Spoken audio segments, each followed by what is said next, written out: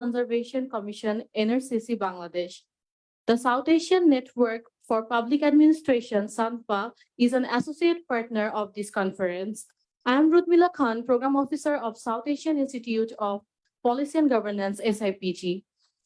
Distinguished audience, we have among us Mr. M. A. Mannan, MP, Honorable Minister, Ministry of Planning, Government of Bangladesh as our chief guest, and Dr. Manzoor Ahmed Chowdhury, Chairman, National River Conservation Commission, NRCC Bangladesh, as our special guest. The session will be chaired by Professor Atikul Islam, Vice Chancellor, North-South University. At the outset, let me invite Dr. Devi Guaning Ho, Acting Dean, FASS UBT, to deliver the welcome speech.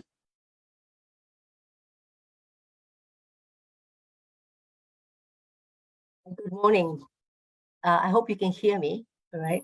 Good morning, good afternoon, and welcome to the International Conference on Rivers of South Asia, Connecting Ecology, People and Governance.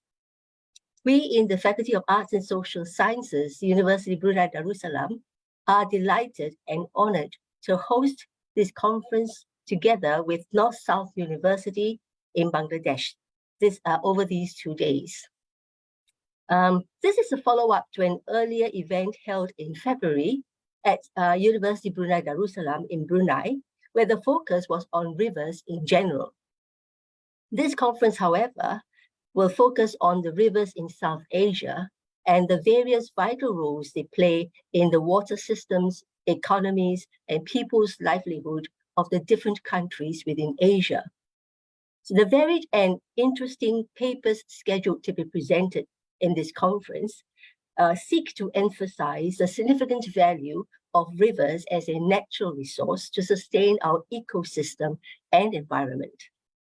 At the Faculty of Arts and Social Sciences in University Brunei Darussalam, our focal areas of research on the environment are on developing the social, scientific, and humanities niches in environmental studies, channeled through one of our faculty's research clusters called the Environment and Transformations. We hope that such collaborations between University Brunei Darussalam and North-South University will not only pioneer disciplinary advances in environmental research, but also further promote future collaborations between the two universities. I understand that a group of academics actually visited Brunei a few years ago to do research work on the water village or Kampung Air, an important icon of our history and heritage.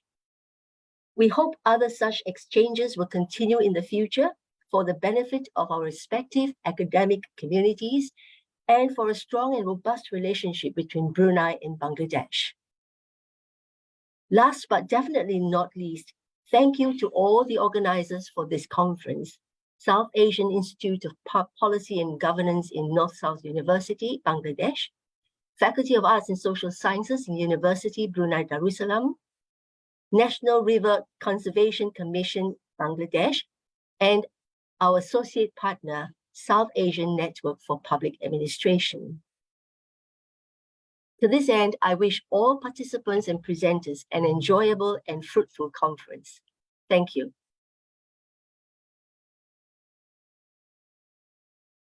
Thank you, Dr. Devi. Now I would like to request Professor Habib Zafarullah, President SANPA, to deliver his welcome remarks. Good morning. Assalamu alaikum. Honorable Minister of Planning, Government of Bangladesh, Mr. M. A. Mannan, Dr. Manzoor Ahmed Chowdhury, Chairman, National River Conservation Commission, Bangladesh, the Vice Chancellor of North-South University, Professor Atikul Islam, Dr. Tawfiq Haq, Director, South Asian Institute of Policy and Governance, Dr. Debbie Ho, Acting Dean, Faculty of Arts and Social Sciences at University Brunei Darussalam, ladies and gentlemen. On behalf of the South Asian Network for Public Administration, SANPA, it is my honor and privilege to welcome you all to the Conference on South Asian Rivers, Connecting Ecology, People and Governance. Today, we gather here to learn more about the intricate relationship between the rivers of South Asia and their deep impact on ecology, communities, and governance. Rivers have always been the lifeblood of civilizations, serving as conduits of trade, sources of sustenance, and symbols of cultural significance. The rivers of South Asia, with their rich history and diverse ecosystems, hold a special place in our hearts. They have shaped the ecological, economic, cultural, and political landscapes, leaving an indelible mark on human and more than human lives. As we convene in this conference, we aim to explore the multifaceted dimensions of South Asian rivers. As I understand, the discussions will center around three broad thematic areas. Participants will delve into the spiritual engagements, literature, folklore, paintings, and other creative representations that capture the essence of these rivers and their profound influence on the human psyche. Secondly, participants will examine the ecological and economic changes that have mutually shaped river systems, particularly focusing on the developments since the 1950s. Last but not least, the dynamics of policy and governance relating to river systems. By bringing together experts, scholars, and practitioners from various fields, this conference seeks to foster interdisciplinary collaboration and develop conceptual and methodological tools for river studies. We believe that only through a comprehensive and holistic understanding of South Asian rivers can we effectively address the challenges and harness the opportunities they present. I would like to thank all the participants, presenters, and of course the organizers who will be contributing their research, insights, and experiences to enrich our understanding of South Asian rivers. Your valuable contributions will undoubtedly drive meaningful discussions and pave the way for innovative solutions. Once again, I extend a warm welcome to all the attendees of this conference. May our deliberations and endeavors contribute to a better understanding and sustainable management of our magnificent rivers. Thank you, and I wish you all a productive and enriching conference. Thank you, Professor Zafarullah. Now let me invite Dr. S.K. Taufik M. Haq, the Director, SIPG NSU, to give his welcome speech. Thank you, Rudmila. Honorable Chief Guest, special guests, session chair, participants from home and abroad, Assalamu alaikum and very good morning. It's a pleasure to see you all here today at our International Conference on Rivers of South Asia, Connecting Ecology, Governance and People, jointly organized by SIPG of NSU, Faculty of Social Science of University of Brunei Darussalam, and also National River Conservation Commission, Bangladesh. I'm Professor Taufik Haq, Director of South Asian Institute of Policy and Governance, and also the current chair of the Department of Political Science and Sociology. Today's conference will be held over the course of 2 days, where noted scholars, academics will discuss several dimensions of river systems in South Asia and its intersection with ecology, culture, economics, and governance. As a governance institute, river governance is an area where SIPG is focusing on, and also it is very critical for all the citizens of Bangladesh and South Asia. After all, rivers are not just bodies of water that cut across our landscapes. They are also the arteries that sustain lives, supporting both human communities and diverse ecosystems. Rivers have long been the livelihood of civilization, from the Nile in Egypt to the Yangtze in China, from the Amazon in South America to Indus in India. Rivers have nurtured human societies, fostering growth, prosperity, and innovation. Even today, we harness these water courses for agriculture, industry, transportation, and energy. However, we must also acknowledge the pressing need for effective river governance. This includes maintaining the delicate ecological balance, ensuring equitable access, and preserving the health of our rivers for future generations. In South Asia, home to major river systems like the Indus, Ganges, and Brahmaputra, this is especially critical as river governance issues overlap with competing geopolitical interests, highly politicizing what are ultimately a problem of managing common resources. SIPG did some work on the river governance before, and we have came out with a suggestion that rivers and all other natural resources should be depoliticized. This is the ideal kind of expectation, but we don't understand that in many cases it's not been possible, and politicization of natural resources is a reality of today's world. Rapid urbanization, climate change, and overexploitation are some of the key issues that must be jointly addressed if we are to successfully safeguard against irreversible damage to these water courses, upon which millions depend on for their sustenance and livelihoods. This conference aims to deepen our understanding of the interconnectedness of our river systems, the threats they face, and the millions of lives they impact. Our hope is to create a space where experts can express their unique perspectives, share research findings, and hear from grassroots experiences, and propose sustainable and inclusive policies that ensure the ecological viability of our water resources. Before I end, I would like to just give a brief overview about the South Asian Institute of Policy and Governance. This is a preeminent research institute with a regional focus on these two issues. Our organization is engaged in extensive research and publication regarding public policy, governance, peace and conflict, geopolitics, and migration. We currently operate two journals, the South Asian Journal of Policy and Governance and the North-South Journal of Peace and Global Studies. Beyond that, SIPG has also published numerous books, working papers, policy briefs, and articles in internationally reputed journals. SIPG has two master's programs. One is our Master in Public Policy and Governance, offered to civil servants of Bangladesh, Nepal, and Sri Lanka in order to enhance their expertise in policy and governance issues. Since 2021, we also started a new master's program, which is called Executive Master in Policy and Governance. Outside the academia, our institute has also been involved in organizing various training programs and certificate courses. SIPG has two centers, the Center for Migration Studies and the Center for Peace Studies. The Center for Peace Studies is an interdisciplinary center that seeks to facilitate the academic study of peace building and the promotion of a resilient society through evidence-based and empirical research. CPS has organized numerous seminars and webinars on a wide variety of issues, including the regional conflict issues and also the international conflict issues. The Center for Migration Studies functions as a source of knowledge on migration and as a means of achieving human rights and justice for those who are moving in need.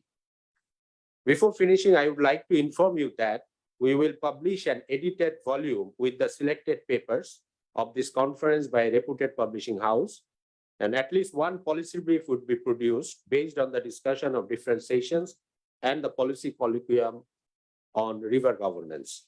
Finally, I would like to thank again the co-organizers and also a special thanks to our chief guests, other guests, and all participants from home and abroad for joining this conference. I am looking forward to an academically vibrant 2 days ahead. Thank you all. Thank you, Dr. Tawfiq. Now I would like to invite the keynote speaker of the session, Dr. Iftekhar Iqbal, Associate Professor, History and International Studies, FASS, University of Brunei Darussalam, to give his speech. Dr. Iftekhar has also another identity. He was also a faculty of NSU before he joined to University of Brunei Darussalam. So welcome back to NSU.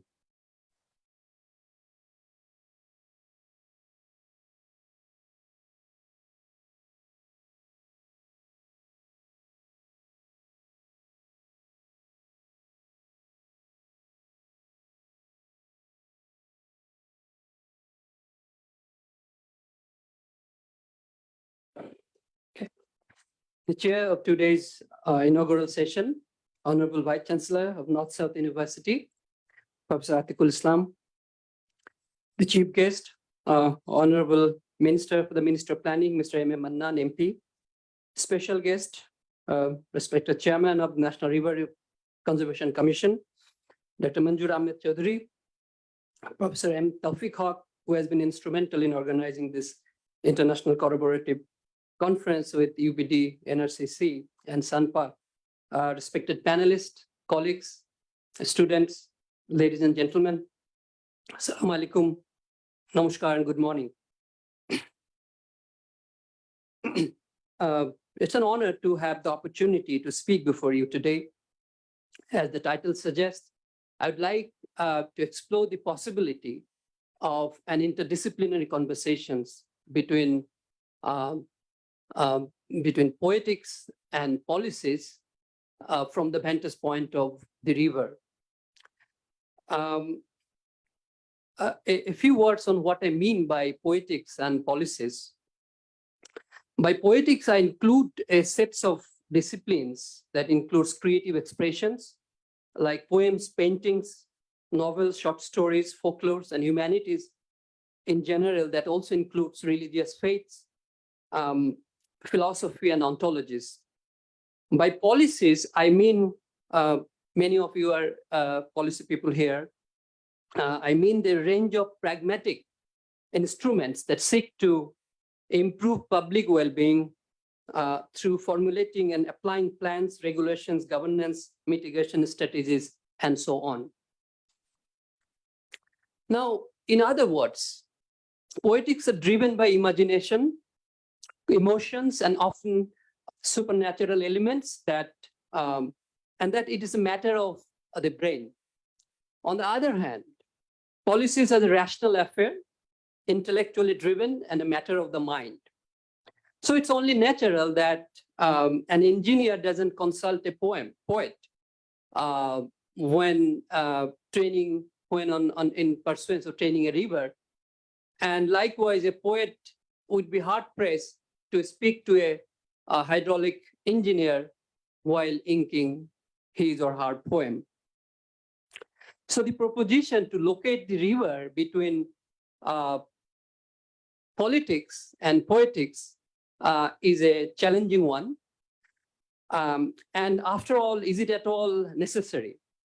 Or is it viable? Is it a viable idea? I would like to take my few minutes to explore this possibility with a focus on Bangladesh.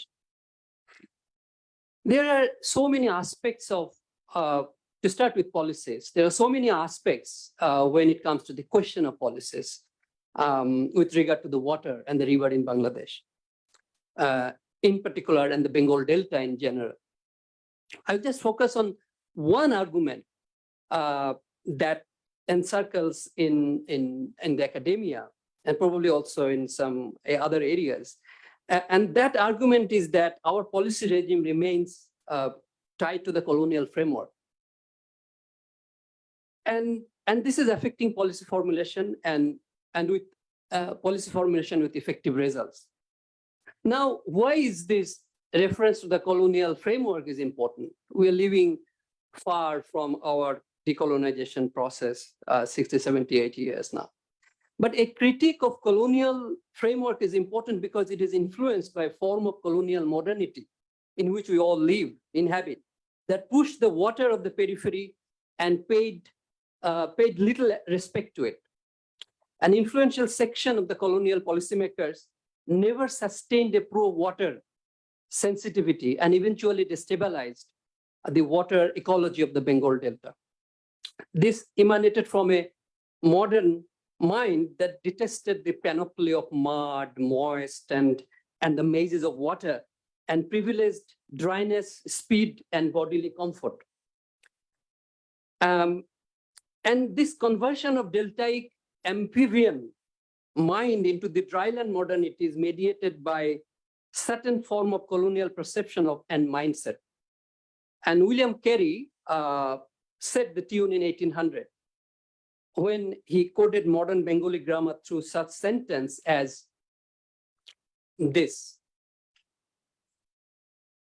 He's writing in this, one of the first Bengali grammar book. He's saying, "E podda nodi boro dheu tahate agaite pari na." He's teaching the Bengalis with this sentence construction. It's very embedded in the colonial process of culturalization. পালকিতে গেলে বড় ভালো হইতো, এই দেশ বড় মন্দ, যদি গাড়ির পথ হইতো তবে সুখে যাইতে পারিতাম, এত দূর গাড়ি কখনো যাইতে পারো না, এত নদী নালা পার হইবার আছে. So here's kind of, this book was printed in 1800 and then reprinted several times. Now, Another example to set the tune here, a gentleman, a magistrate posted in Munchiganj in mid 19th century. So he wrote, he was saying this, "O Munchiganj, thou spot beloved of paddy, bird, and duck, where all the land is water, and all's the water's muck, where never by remotest chance a Sahib shows his nose, and where there's no society but that of Ramnath Bosch." To post a European here in Munchiganj is cruelty refined, this rigorous imprisonment with solitude and combined. So that's the perception of the river and water of Bengal Delta, Bangladesh, of a colonial magistrate. So what I'm trying to say here that we haven't gone far from that colonial magistrate's perception, although we are decolonized politically. Now, these examples are not less than hydrophobia, or I would call jolatonko. No wonder colonial policies favored land and railway transports more than navigational facilities, since these needed to be built on high embankments. In the deltaic lowland, the Bengal Delta began to be built on high embankments and kind of that crisscrossed across the delta and the drainage. If you look at this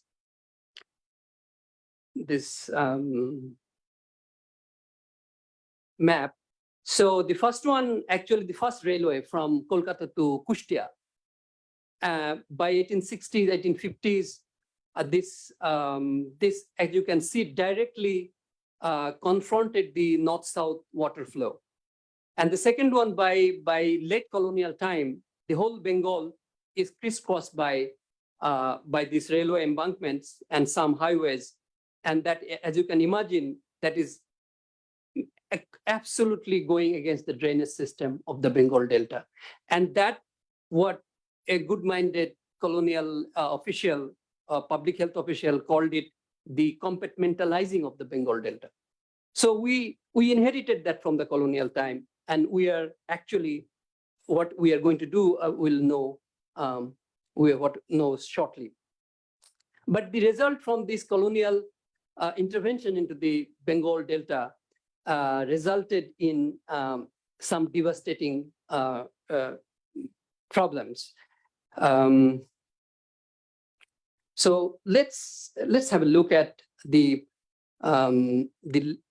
what I'm trying to say that in the late 17th century, the Bengal contributed to about 10% of the world's GDP, and the famous Adam Smith attributed this to the proper distribution of the Ganges water.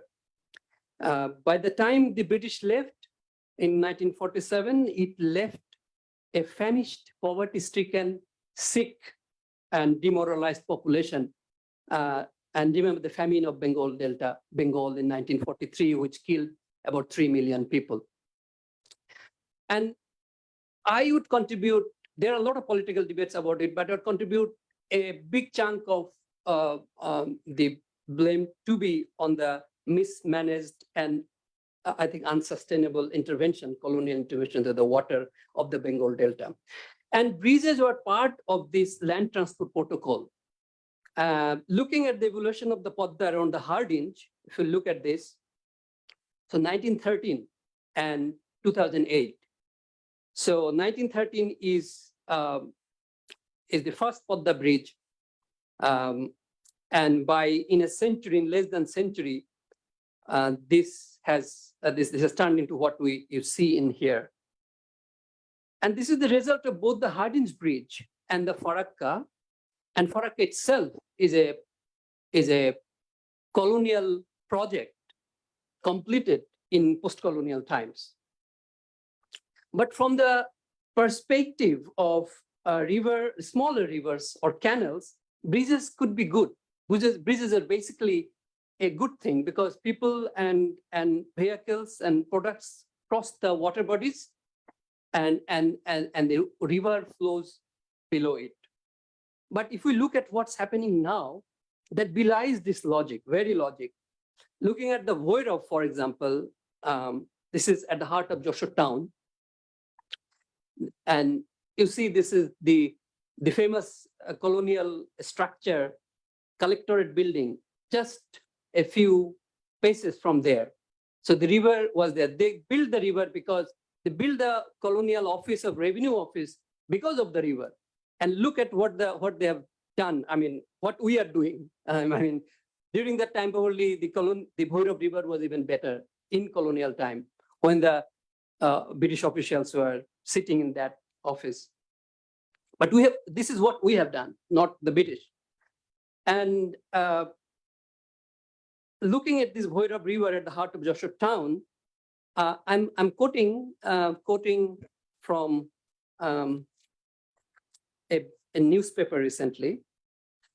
It is saying that this river, পানির উপরিভাগ থেকে সেতুটির উচ্চতা 10 ফুটের কম, 220 foot চওড়া নদের দুই তীর সংকুচিত করে 100 ফিট দৈর্ঘ্যের সেতুটি নির্মাণ করে সড়ক ও জনপথ বিভাগ, ভৈরব নদের উপর স্থানীয় সরকার প্রকৌশল বিভাগের 23টি, ত্রাণ ও পুনর্বাসন অধিদপ্তরের 19টি, বাংলাদেশ কৃষি উন্নয়ন কর্পোরেশনের 3টি, সড়ক ও জনপথের 4টি, বাংলাদেশ রেলওয়ে দুর্যোগ ব্যবস্থাপনা অধিদপ্তরের 1টি করে সেতু বা কালভার্ট রয়েছে। In other words, 6 government departments are dissecting this river with 51 culverts, inadequate culverts. So নদীর টুটি ধরে রাখা হয়েছে 51টি জায়গায়। And from the point of view of the river, of the life of the river, only the Ministry of Water Resources or NRCC should have been taken care of these rivers. But the reality is otherwise. And this reality is commonplace with all the rivers of Bangladesh, more or less. And if you allow me to take another example from Kopotakhi River, Kopotakhi, this famous Kopotakhi River, this is the same situation. And this is the river of Michael Madhusudan Dotto. And actually, you know this, I'll come back to Michael Madhusudan Dotto later on.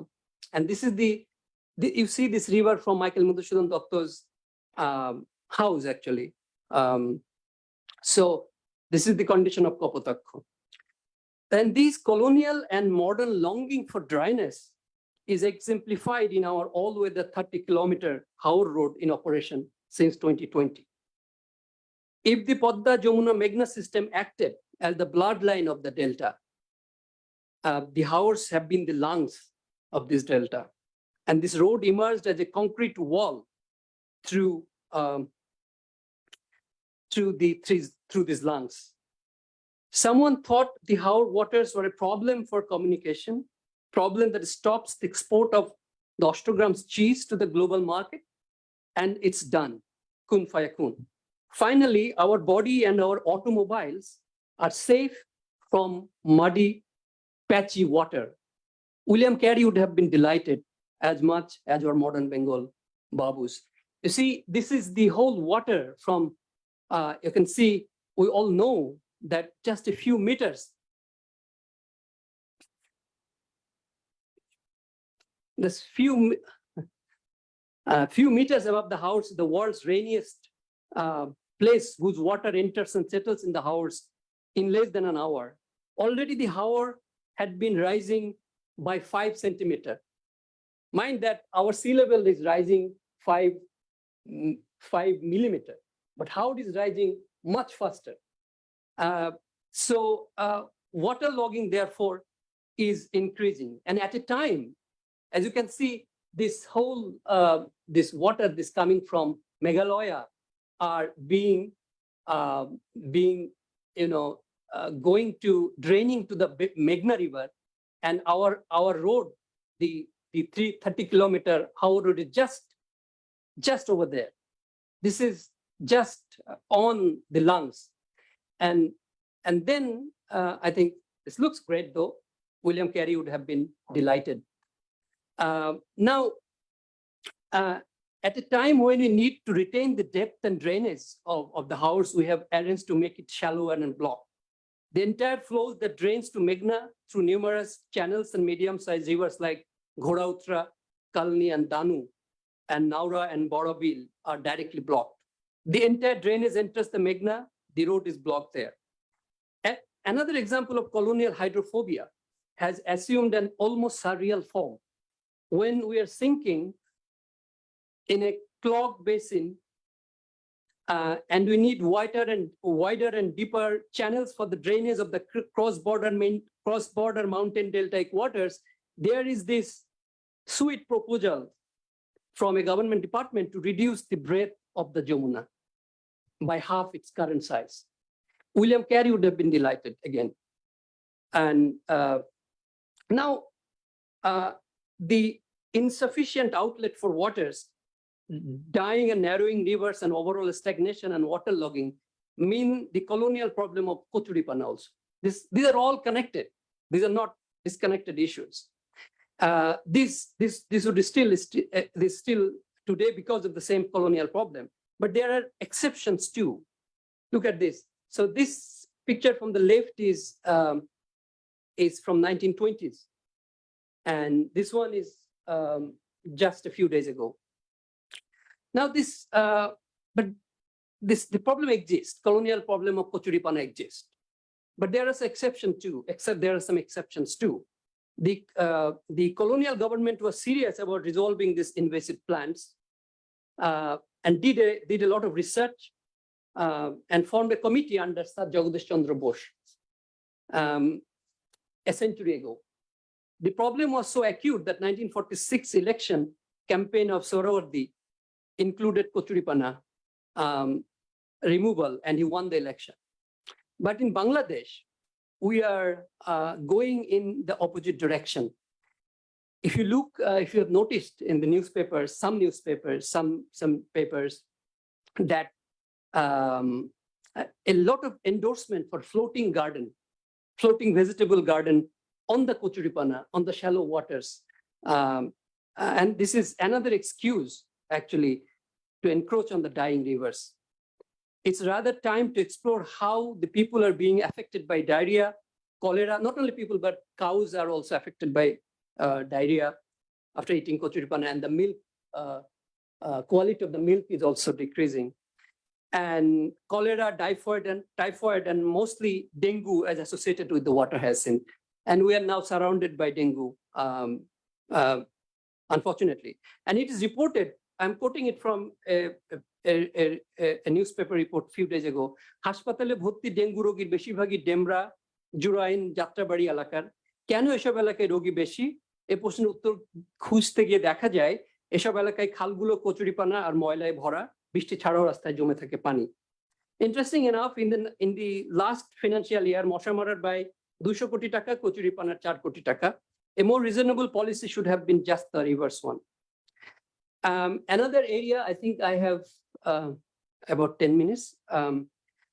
Another area where colonial practice of extraction of natural resource in the name of civilizational project and progress persists is energy sector. I don't want to go deeper into that, but just as much as water is concerned, this is also an area where hydrophobia is translated into the invisibility of the river spaces.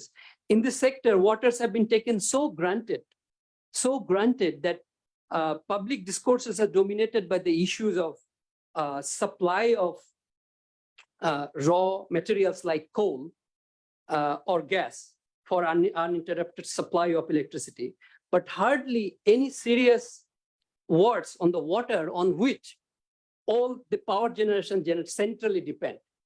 That is, whether we call it gas-based, coal-based, or nuclear-based, without water, nothing can be produced. But water is not in the center of the public discourse about energy. If you look at this water user plant, all except the, I think solar, most of them are needing water. And that's why all the plants, gas, Rupur, and coal, all are by the river, not far from the river.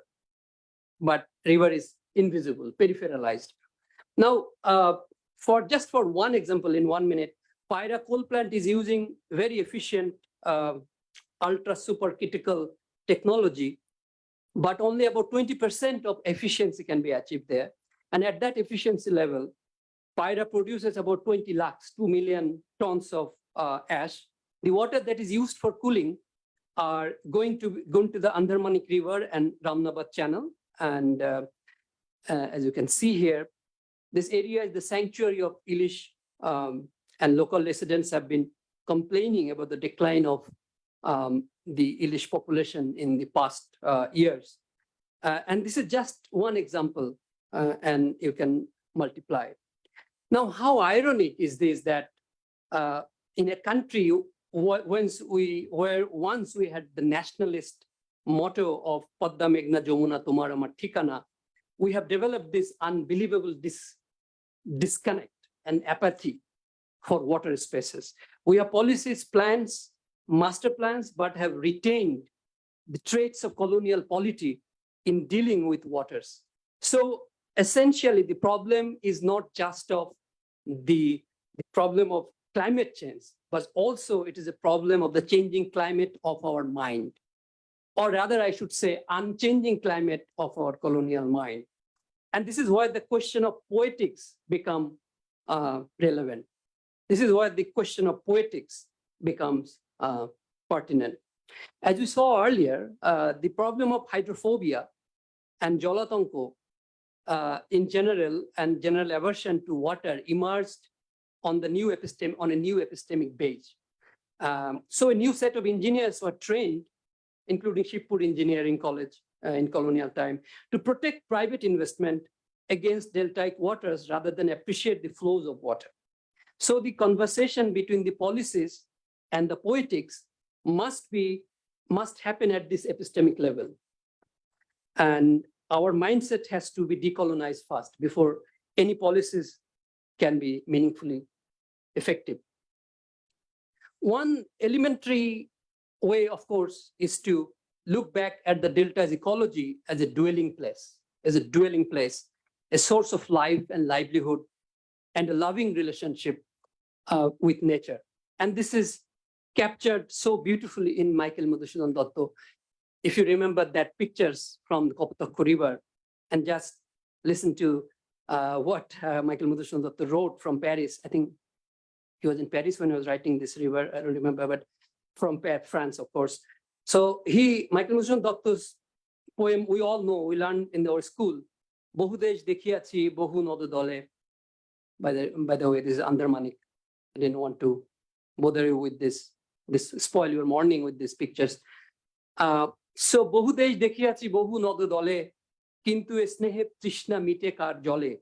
Dugdhu sroto rupi tumi matri bhume stone. Or the extraordinarily beautiful song by Abu Jafar. Ei Podda, ei Meghna, ei Hajar Nodir Obobahikaয়, এখানে রমণীগুলো নদীর মতো, নদীও নারীর মতো কথা কয়. The recovery and reclamation of such appreciation of the physical features of the Bengal Delta rivers and its existential importance is a major first step to decolonize the hydrophobic mindset. But I would suggest that this is not enough to appreciate what we see in our river. Actually, we need to do more. And we need to acknowledge that the rivers themselves have agency, like humans, and they are no lesser than human agency. Their agency is no lesser than human agency. So we live in nature as much as nature lives in us. That's a very vital point for engaging between poetics and policies. River in this case is the common site where the human and nature nurture and dwell each other, which we can term as interdwelling. That is, we are dwelling in nature on river, and nature is also dwelling in us. And that's the idea of interdwelling is fundamental to the Heideggerian philosophy of phenomenology. And later, Bruno Latour, some of you know his name, his network theory also connect to that question, which time will not permit me to elaborate on. But the fact is that even before Heidegger or Latour, we in the Bengal Delta, where the colonial policy brought a different set of expression, imagination about our river, we already had this base for this interdwelling, and I think we don't need to go far than Kustia, where the first railway embankment reached there, where I'm talking about definitely Lalon Shah. And this interdwelling is expressed in Lalon Shah's one line that we all know, Tomar ghore boshot kore koijona. It is so viral everywhere, like this Coke studio and all these things, millions of people. But actually, I need to look at myself, whether the river, the nature lives in me. Like, I mean, if you could decode Lalon, you can see that it's talking about a lot of things, including nature. So, Tomar ghore boshot kore koijona, we need to reconstruct this. And more clear expression of spirituality in the parable of rivers sometimes is clear embodiment.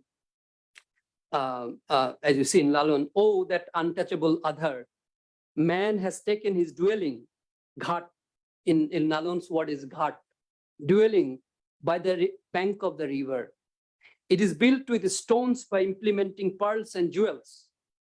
The Padda, the Jamuna are mixing in the ever flow of the Bhagirathi.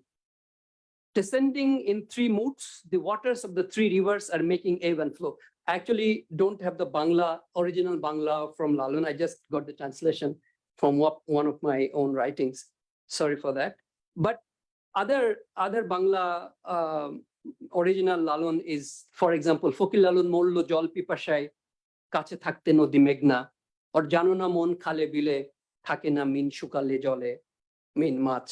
Ki hobe ar badhal dile mohona shukna.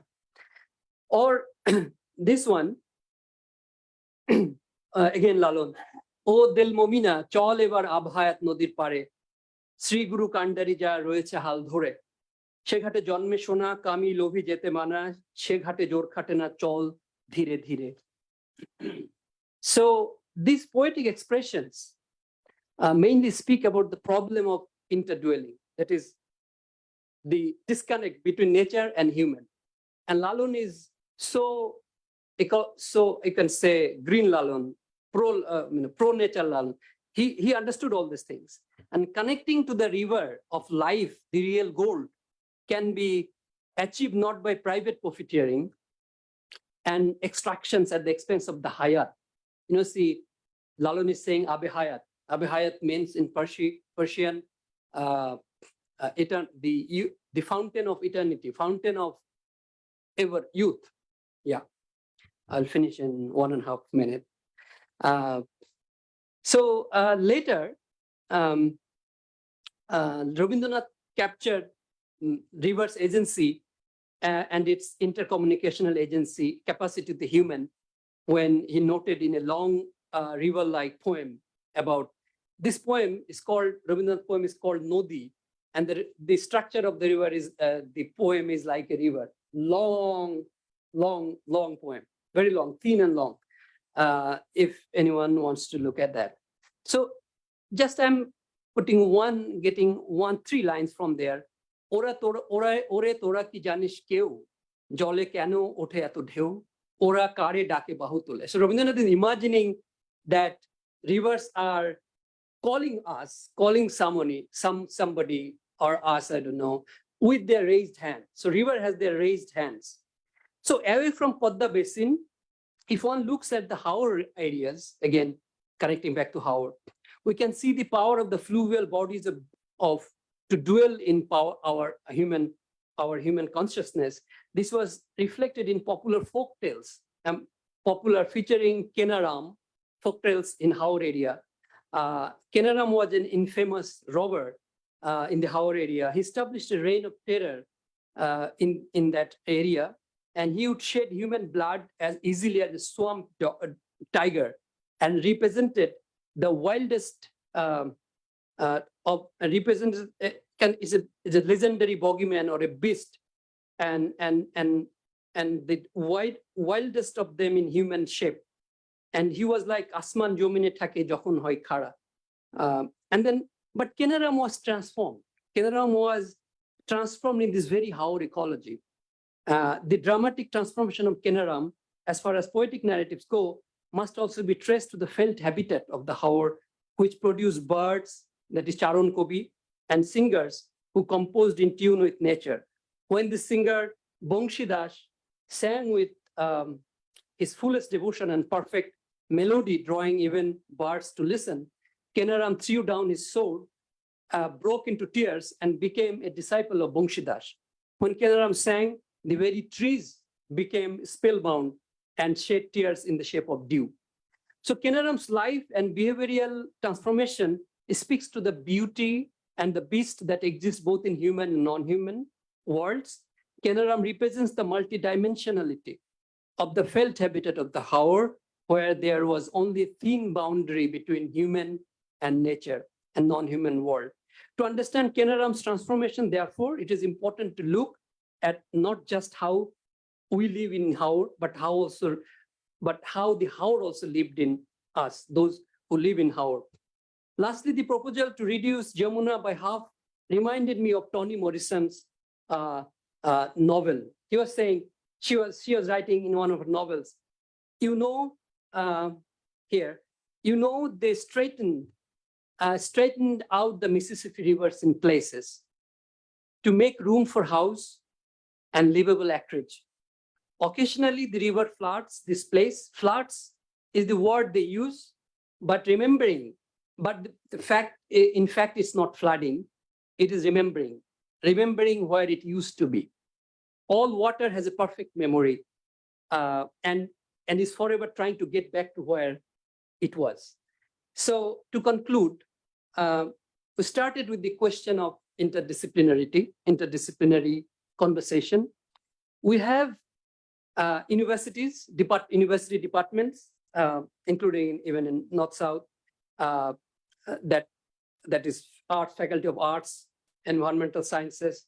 I wonder if a graduate in environmental science or hydraulic engineering who has truly internalized the meaning of Dugdho Srotorupi Tumi Janmabhumi Stone, or the Haor's power for moral transformation as seen in the story of Kenaram, or the river's memory, as we saw in Toni Morrison's novel, if somebody internalized the essence of this message in the poetics, in what we frame it, would they think twice about planning development activities in these water spaces in the way we are currently doing? So the river has both a body and a soul. Policymakers and their engineers are after the body of the river, whereas the poets and creative writers engage both the body and the soul of the river. Can we hope that one day a hydraulic engineer tasked to train a river can speak to a poet or a imam about a river's soul?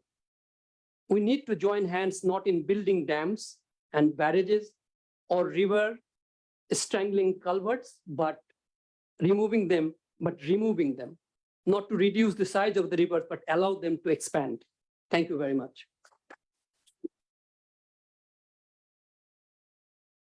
Thank you, Dr. Iqbal. Now let me invite our special guest of the session, Dr. Manzoor Ahmed Chaudhry, Chairman, National River Conservation Commission, NRCC, Bangladesh, to give his speech.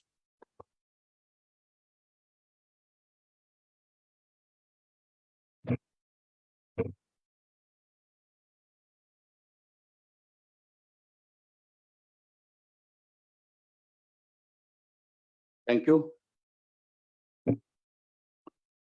Chairman of this inaugural session,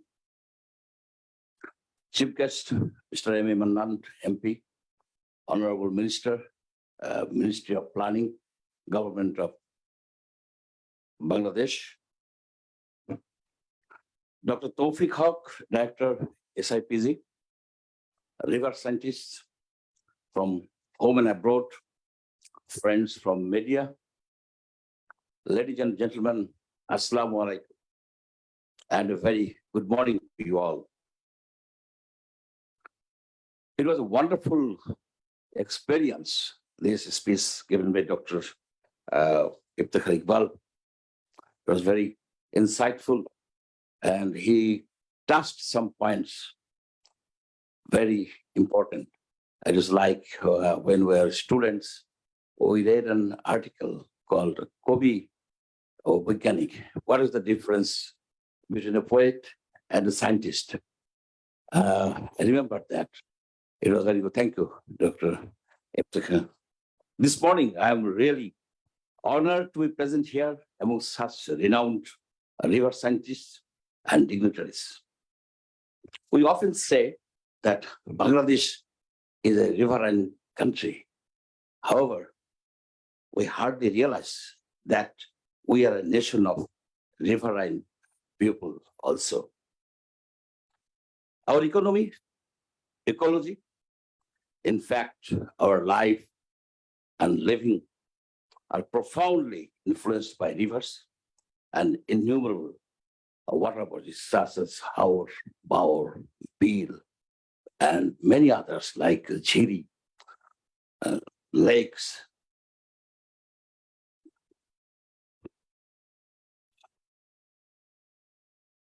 We can hardly write a poem or a song without mentioning the name of a river.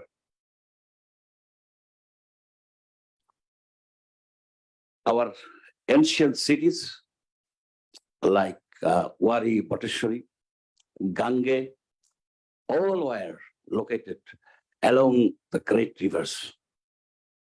When these rivers changed their courses, these ancient cities also withered away. Rivers influence our culture so deeply that there are no less than 17 Bangla synonym for the water, pani, or jal. One synonym is jibon for pani, that's life.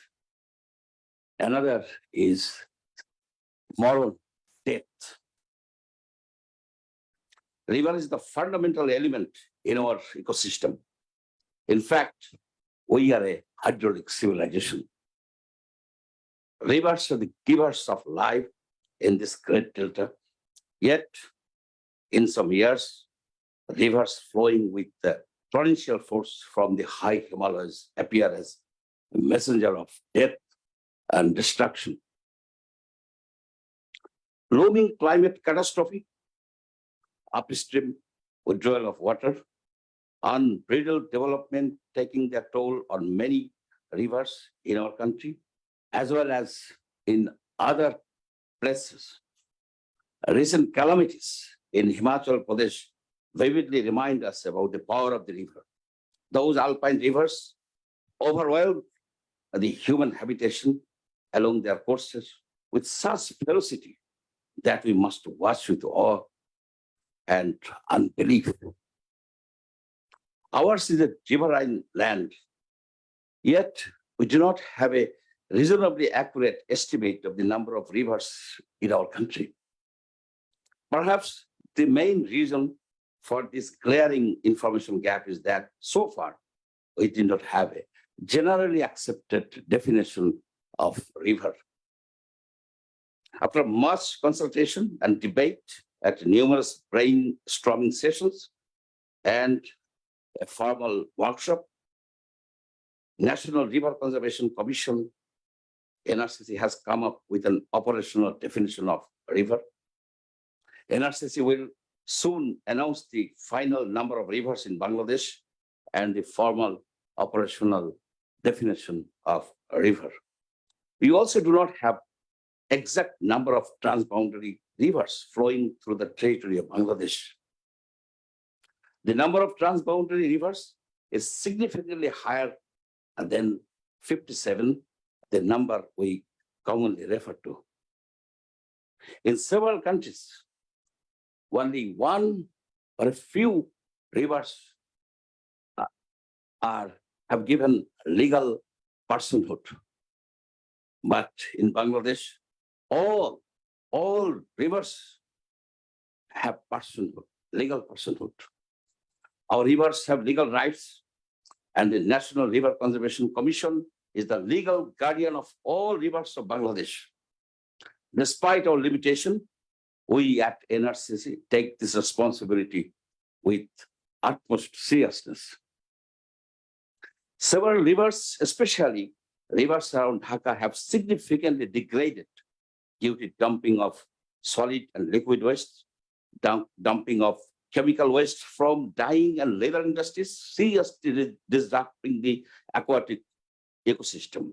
Besides, huge volume of untreated sewage emptying directly into the rivers, causing serious harm to the health of the rivers, as well as the people living alongside these rivers.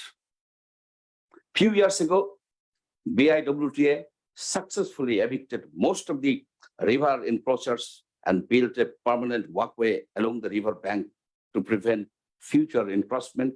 However, there are still a few stubborn encroachers yet to be evicted. Among all rivers in Bangladesh, urban rivers and small rivers are facing serious threat of encroachment and pollution. A significant number of small rivers are facing serious problems due to illegal fish farming. In recent years, many rivers, especially small to medium rivers, are losing navigability due to water hyacinth, which you mentioned in your paper. A river without navigability is susceptible to encroachment and permanent occupation by river grabbers. Another menace to the rivers is illegal sand mining. The demand for river sand for construction work is increasing, so is the illegal sand mining. These river barons are powerful people, often resort to violence to keep their illegal operation running. Father of the nation, Bangabandhu Sheikh Mujibur Rahman dreamt of a Sonar Bangla, or Golden Bengal. To materialize Bangabandhu's dream, we must ensure that our rivers are clean, pollution-free, and free-flowing. Under the guidance of our Honorable Prime Minister Sheikh Hasina, we are working hard to achieve that goal. Many thanks for giving me the opportunity to share our experience with you. Thank you. Joy Bangla.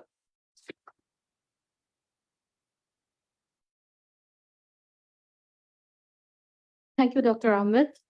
Now I would like to invite our chief guest of the session, Mr. M.A. Mannan, MP, Honorable Minister, Minister of Planning, Government of Bangladesh, to deliver his speech.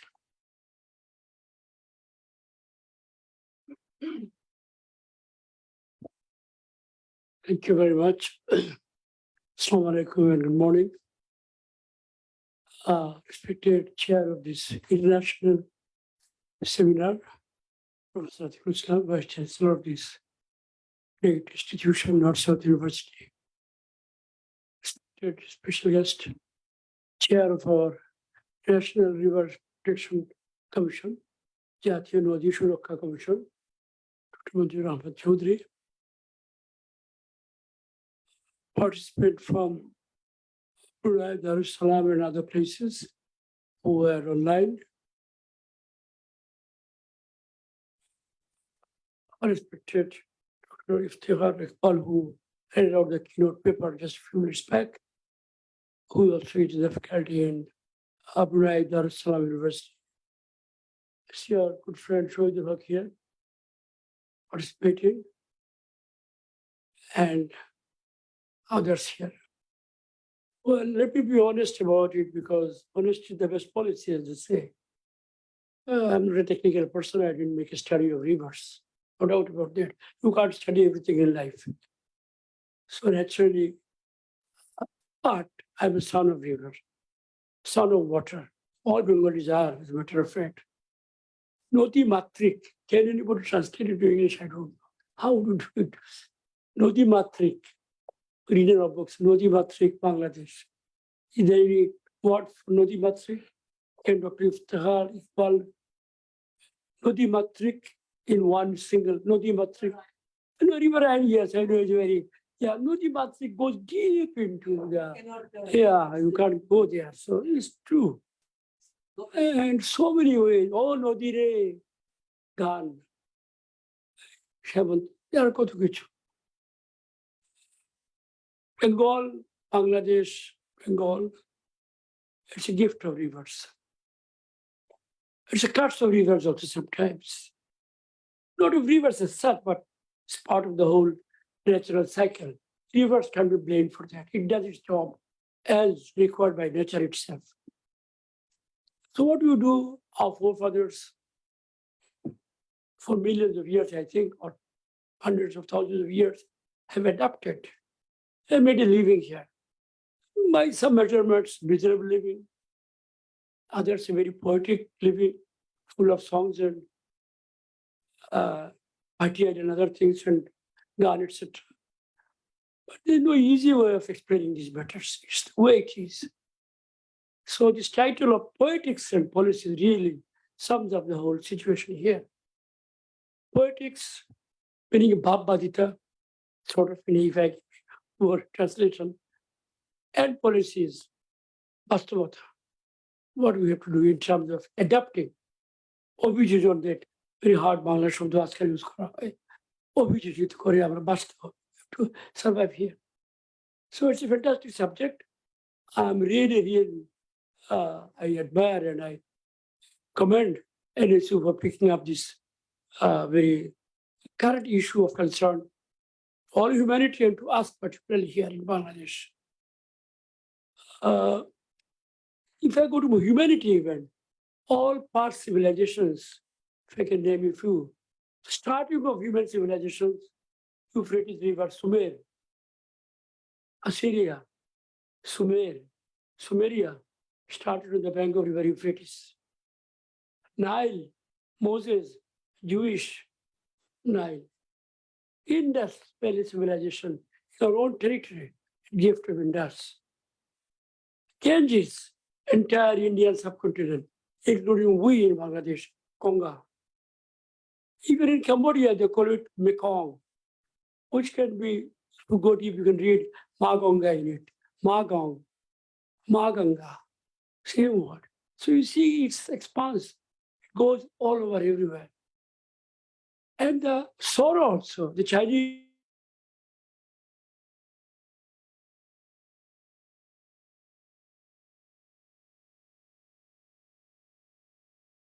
it is mix of both. Why we have to have policies then to adjust ourselves and to, because we have needs of modern times, modernity, economic pressures. So the speed by which you move on the rivers cannot be compared to the speed that we can attain on the land or in the air. So in economics, in trade and commerce, speed is absolutely essential. Even if we have the fastest river craft, it can match with the on the land vehicles. So slowly and gradually, over times, rivers are receding back. But in the call of the day, we have to find a way of, then what do you do? There are also miserable, as I said, Kirtinasha, Bengali word for Podda, Kirtinasha. It destroys what we build. My hut and Zamindar's big party, colleges, universities, hospitals. It devours everything on its bank, Kirtinasha. So we come to policies now, policies, our government of Prime Minister Sheikh Hasina, our immediate mission is to make life better. I don't know how to explain what is better, in fact, I can't say. Longer life, better food, better clothing, better healthcare, better movements. That's how it is. How a philosopher explains it, I'm not going to go into that area. It's a different thing. So our immediate goal is to have better life for our people. So in that drive for better life for our people, we have to do a lot of adaptations here and there. And rivers stand out in its thousands of manifestations in our country. So we have to have policies how to live with it. মায়ের সঙ্গে বসবাস করতে হবে, মায়ের সঙ্গে মাকে হত্যা করব না, দুগ্ধ পান করব ও মা আমাকে লালিত করবে. This balance we have to reach. So this question of policies. Policies has political side of it, economic side of it, technical side of it. Engineers, we go to them. We decide what we have to do, then we ask the engineers to find a way of achieving these goals. And they get into business and make out designs and systems. But it's an ongoing process. In terms of policies, again, there is geopolitical issues also involved. Rivers don't care for national boundaries. They have their own way. So most rivers in Bangladesh at this moment originate outside of our borders. Few countries in our neighborhood, India, of course, immediately, by all means, Nepal, China, both big river systems of the subcontinent. That's at Ganges, even Indus, here Brahmaputra into Meghna, etc. They come from that big territory at the top, beyond the Himalayas. Manush Sorobori boli or Jai boli. Etika Manush Sorobor for the Brahmaputra Budoy. On the other side, some kind of a lake on the Koilash Nakajiri Bore or so.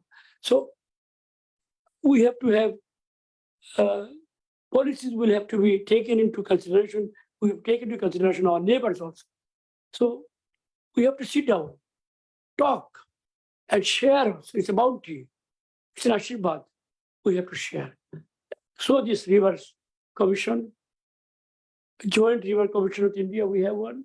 Nodi Yukta commissioning, maybe not always very energetic, but it's there.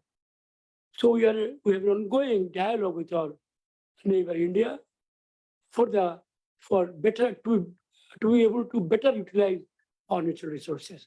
So it's a huge, one of the greatest success of this ongoing dialogue between neighbors, we see in our own time, Indus River Chukti between Jawaharlal Nehru and Ayub Khan, I think at that time, resulted in the water sharing of the Indus River between India and Pakistan, settled a long, long outstanding issue. So we have to find issues, we have to find policies which are implementable, which are marketable, and which are feasible and possible. And that's possible by our engineers, hydrographers, water engineers, water thinkers, whatever. So our government is open to that. We are not technical people. I am not at all. Prime Minister Sheikh Hasina, I can't say, of course, she knows a lot of it, but she's not an hydrographer as I know. So what do? We have to depend on you in the universities, in the various institutes, at various places. We want to sit with you, learn from you, and tell our mind to you. And please find ways of solving these issues so that you and us and the flora and fauna, the rivers and the birds, and the fishes, and the Lotagulmo, all of us can together live in peace and prosperous future. So I would like to, of course, I don't know much about it, so I don't want to go into details. I may make mistakes. I hope you will pardon me on that. I would like to once again thank Professor Atif. He is a very kind person. He does call me from time to time, and I come. I really jump at it, and I enjoy my few hours here talking with members of faculty and others, sometimes maybe students also. So I thank you once again for this opportunity, and thank all of you for a few minutes of patience with me. Thank you very much. Jai Bangla. Thank you, sir, for your valuable speech. Now let me invite our chair of the session, Professor Atikul Islam, Vice Chancellor of North South University, to deliver his speech.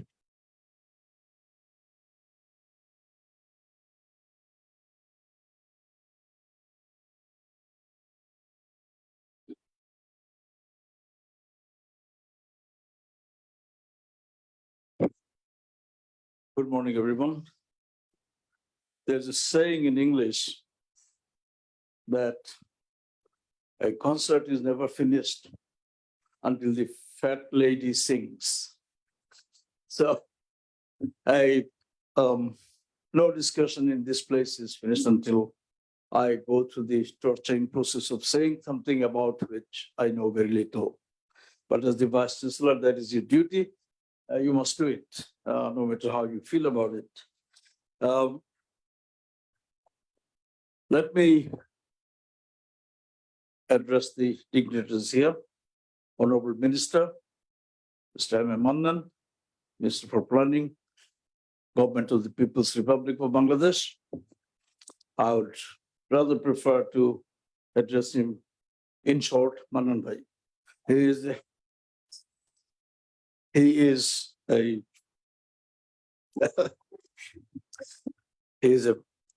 good friend of NSU. He responds to our invitations, and he helps us in every possible way. And the university students and staff are benefited from his knowledgeable deliberations on various issues. The exceptionally, what should I say, polite person. There's lots of humility that makes him even greater. Let me also thank Dr. Manzoor Ahmed Chaudhry for being here and delivering a very substantive speech, basically informing us of government policies and the state of the play in terms of saying that we don't even have a catalog of the rivers that we have. Of course, it's difficult to define a river. I've seen in Australia what they call river. They're closer to our drains. We won't call them even a khal, a canal. And then there are other aspects of it. Once again, thanks to Dr. Manzoor Ahmed Chaudhry for being here. It was really nice to hear from him. Our keynote speaker was excellent. He's a scientist, a policymaker, or policy, what should I say, prescriber, and he's also a poet. Wonderful to see how he traced the history of rivers in this country, what used to be and what it is now. Probably by the time he finished his speech, it has changed further. There'll be some river barons in the language of our guest of honor, who might have engrossed a bit more by now. Other dignitaries, ladies and gentlemen, I don't know much about the water system or rivers. Basically, I'm by training an accountant, so I can only count dollars and cents, taka and paisa. I'm not into politics or poetics or things like that. But let me say that there's a saying, Pani is Jivan, water is life. Water was there before human communities grew, before human civilizations grew. Water did not go to the humans. Human beings came to water. And they built up civilizations on the bank of rivers, by the lakes, by the seashore. So we know the importance of water. When I was a young kid, I was in a very remote village in Bangladesh. In fact, I didn't see any electricity or a rickshaw even until I was 9 years of age. We've seen that people basically, take water from the river and drink like that. Everything was water-based. And we didn't have to worry about the purity of the water. But these days, I don't think there are too many rivers where you can from which you can drink the water straight away like that. So what happened? As I say, water was there. We built our civilizations. We did everything, and everything was okay, except that the rivers always, not always, sometimes become a bit ferocious and grab few villages and stuff like that.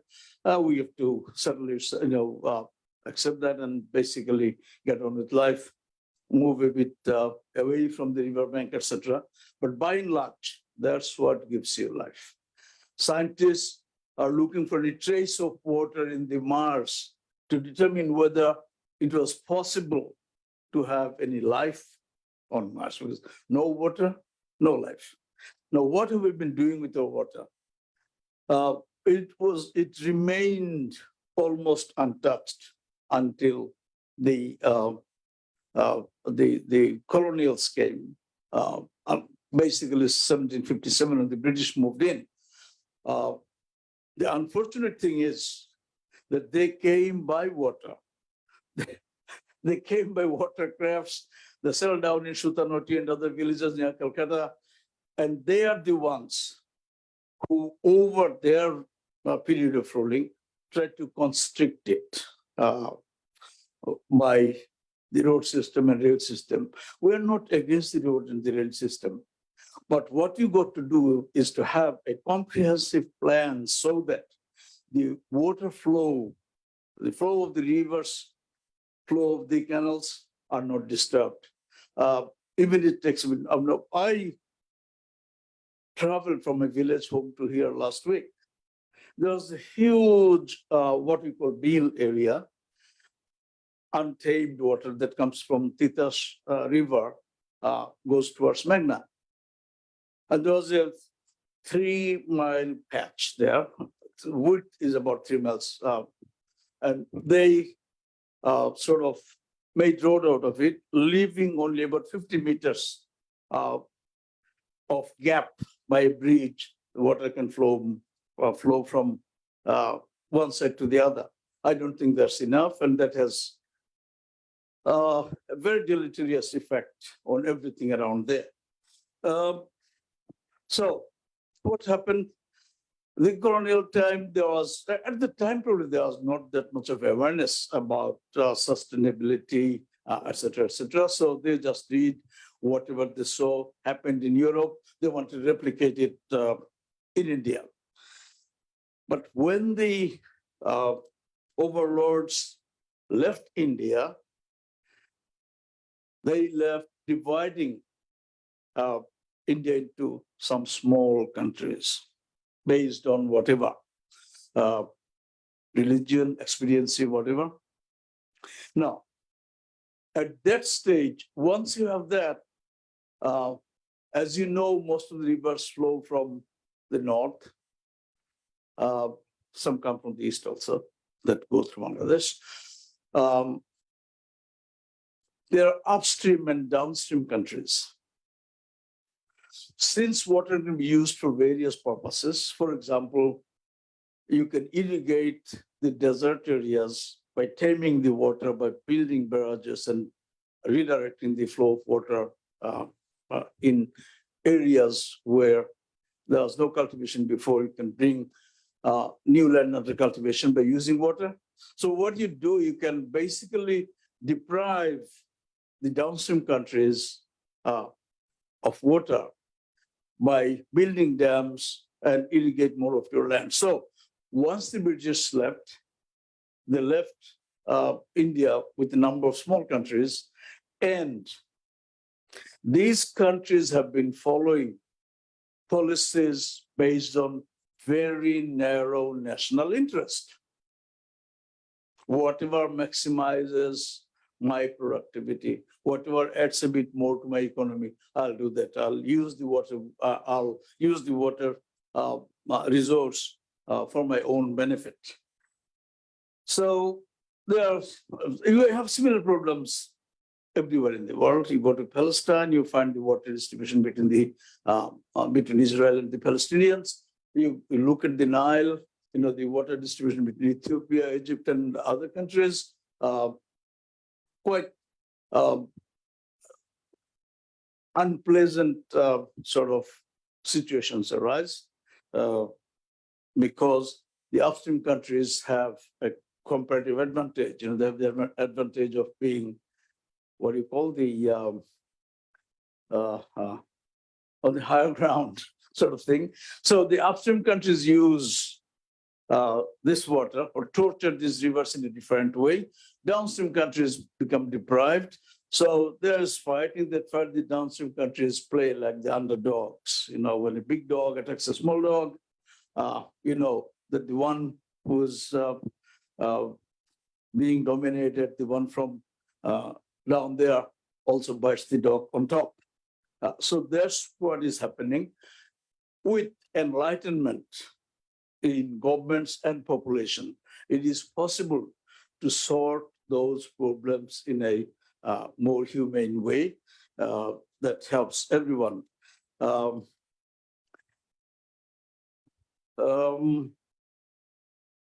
no one cares about how the river feels about it, right? So upstream countries, their own interest, downstream, their interest. So you tear it apart, you suffocate it, you don't feel about the river. Now, what happens in the long run? If you go against the nature, you have to pay a price. So if you go against the natural flow of the river, somehow you'll pay a price. It will come. The thing is to be enlightened, not to think about your own parochial interest, think about the regional, the global interest, the best service to the regional countries, etc. If you do that, it will be more sustainable. It will the rivers will flow naturally, and things will be somewhat nicer. Again, in Bangladesh, of course, we hear about this river burns. Now, we don't know how many rivers we have. We don't know exact boundaries of rivers. We have some rough idea. And people have been encroaching rivers where I used to swim when I was a young kid. Now they grow rice paddies there. So I was surprised that the water that used to be about 5 feet sort of deep, it's come down to below your knee level, and there is some burro sort of a rise there doing, and there's hardly any river left to swim on. So we've got to have policies. We cannot wait and let the rivers being encroached from all sides. And that's what's happening. So what we need is policies on this matter, and North-South universities most important aim on the side of research, on the side of community engagement, on the side of engagement with the government and the professions is to inform their policies. So seminars like this, conferences like this should not end up in speaking and that's it. We should have policy recommendations that we'll send to the government. Government has its own research. They come up with certain conclusions. Let us also make our input so that they take note about it. So what I would expect if morning shows the day, what I heard here now, obviously, and looking at the program, we are going to have a very interesting and informative conference. And what I'd like to see is that as SIPG always does it, we send a list of policy prescriptions to the government. It's up to the government to act on those. So that's what brings to the end of my speech. As I said, I always traveled by water. I was born in a place called Novinagar in Brahmanbaria district. We always came to Dhaka by what do you call the water launches.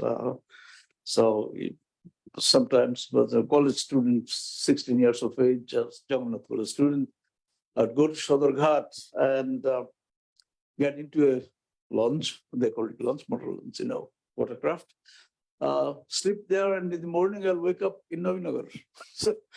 So good. And the water was not dirty water. The water was not murky water. just so wonderful. But now when I go to see my college on the bank of Buriganga River, you look at the water and you think is molasses or something else.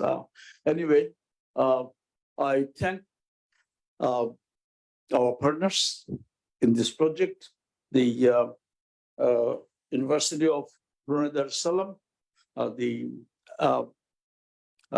SNPA, and the government of Bangladesh for partnering with us on this particular event. And we hope to do more research in this area that will inform government policies. Thank you so much. Thank you. Thank you, sir, for the wonderful speech.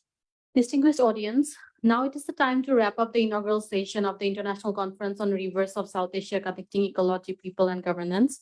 Thank you for your presence and enthusiasm. There will be a short tea break now in the faculty lounge just beside the Syndicate Hall.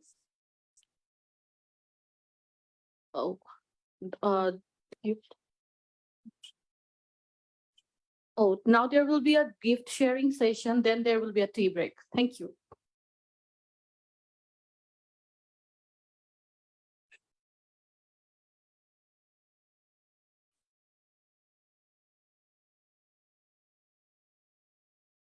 Chief Guest, please.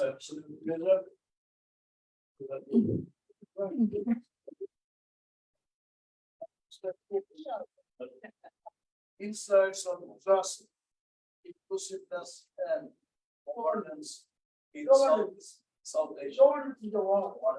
Sir, some of the policy books and other things based on our previous conferences. Thank you. Now I would like to invite the keynote speaker of the session.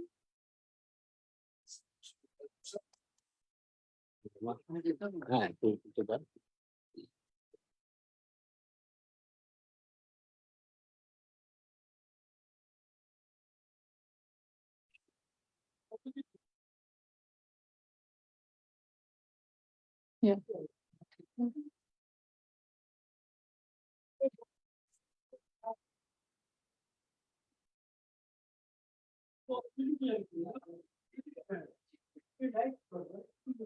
Ji.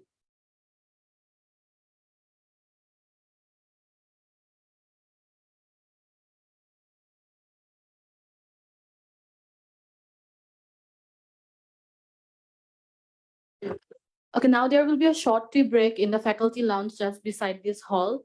Looking forward to meeting you all after 15 minutes for the upcoming session in this same venue.